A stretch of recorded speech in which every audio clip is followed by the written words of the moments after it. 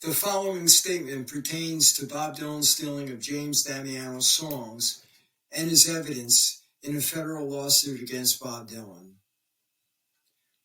I hereby declare under penalty of perjury pursuant to 28 U.S. Code Section 1746 that on September 15th, 1995, I, James Damiano, filed a copyright infringement lawsuit against Bob Dylan in the United States Federal District Court.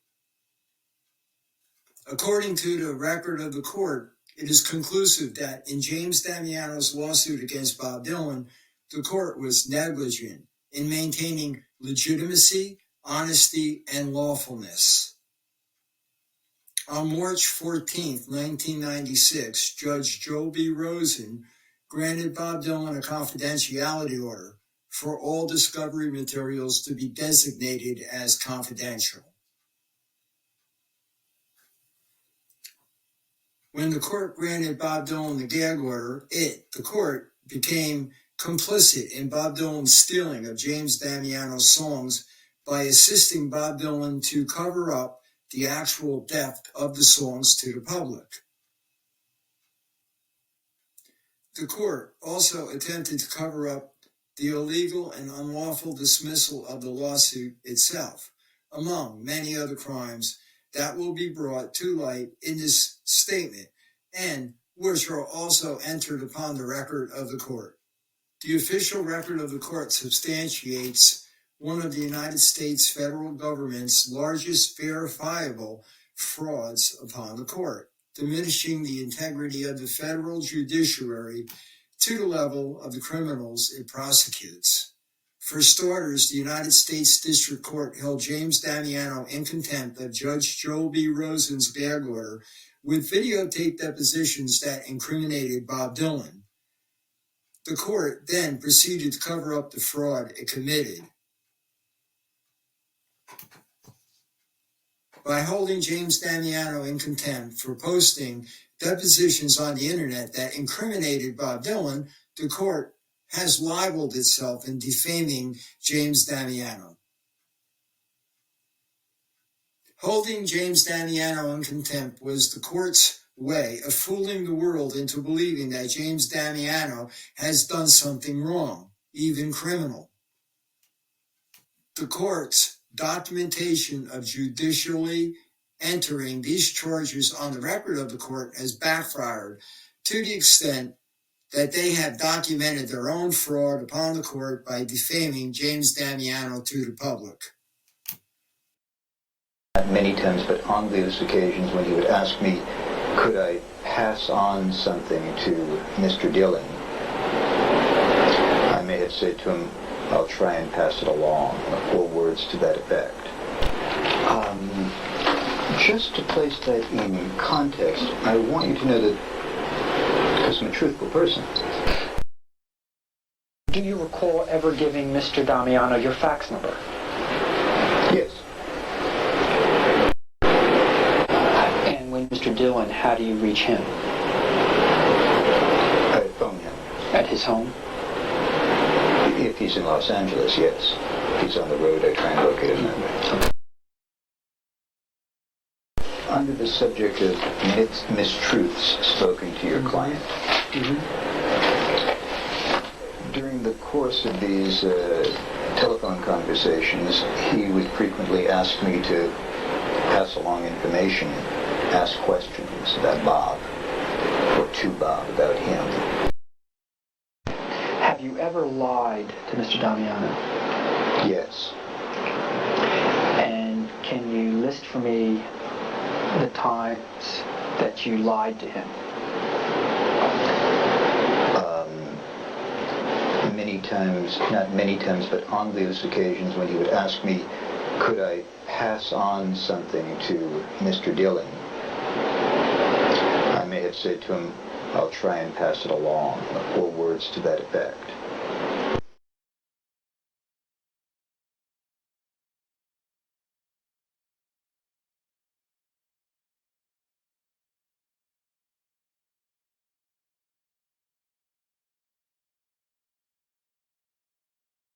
concert, if we may, to the time when you offered the tickets to Mr. Damiano before the concert actually took place. Okay?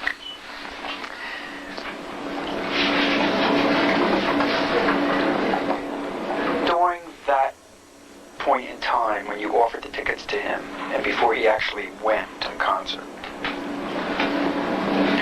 did you ever say to him or suggest to him that maybe he should bring some of his songs with him? No, I did not. Do you deny saying that, or is it you just don't recall one way or the other? I deny suggesting to Jim that he bring songs along with him.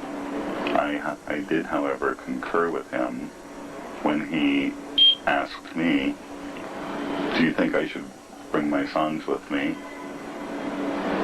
I said, sure, why not? What could it hurt?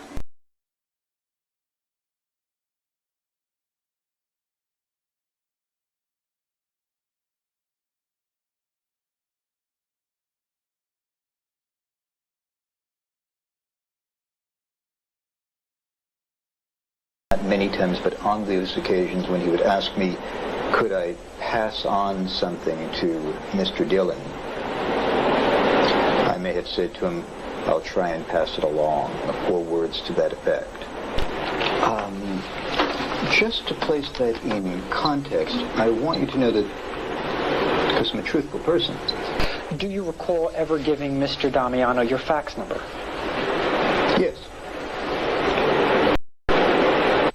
And when Mr. Dillon, how do you reach him? I phone him. At his home? If he's in Los Angeles, yes. If he's on the road, I try and locate him that way. Do you recall saying the following to Mr. Damiano, sir? Is there a page reference that you're reading? I have a 1/2 on it. Is there a Bates number? Bates number 144. Okay, let me just put that in front of the witness. Sure.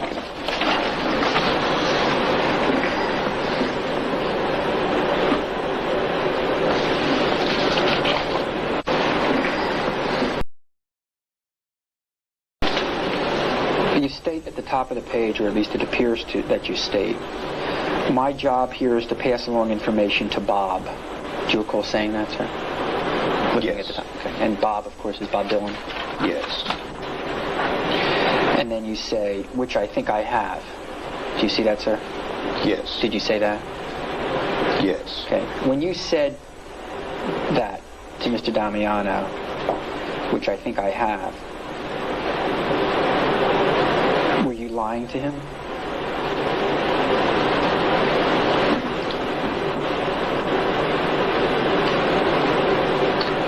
I was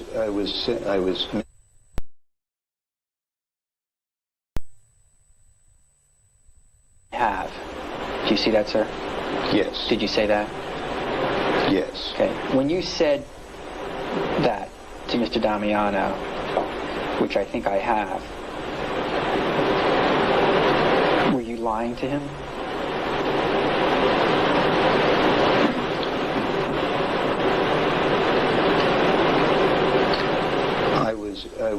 I was misstating the truth.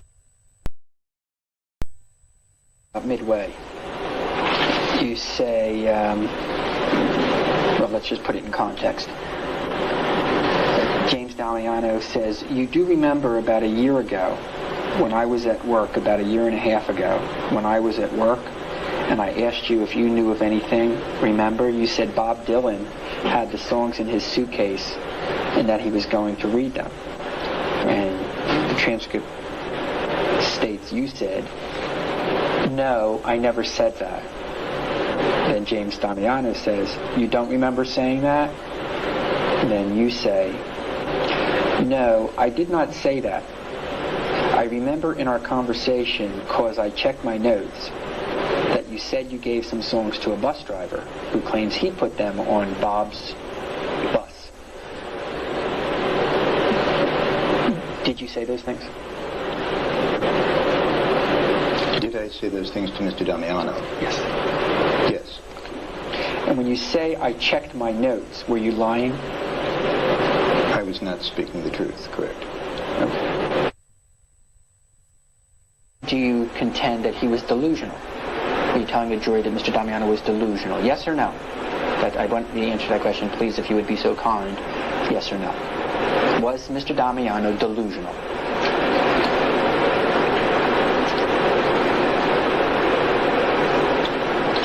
In my opinion, Mr. Damiano was, at the time of these conversations, delusional.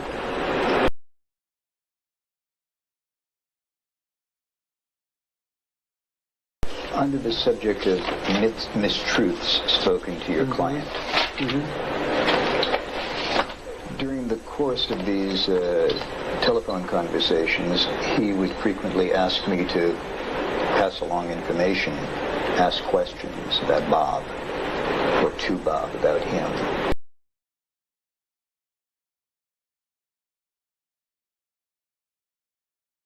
There's a kind of a melodic character to this arc, more than just a set of shared pitches. What I will be doing shortly is I'll be leading you through an analysis, allowing you to hear how steel guitars actually projects this exact same arc as dignity.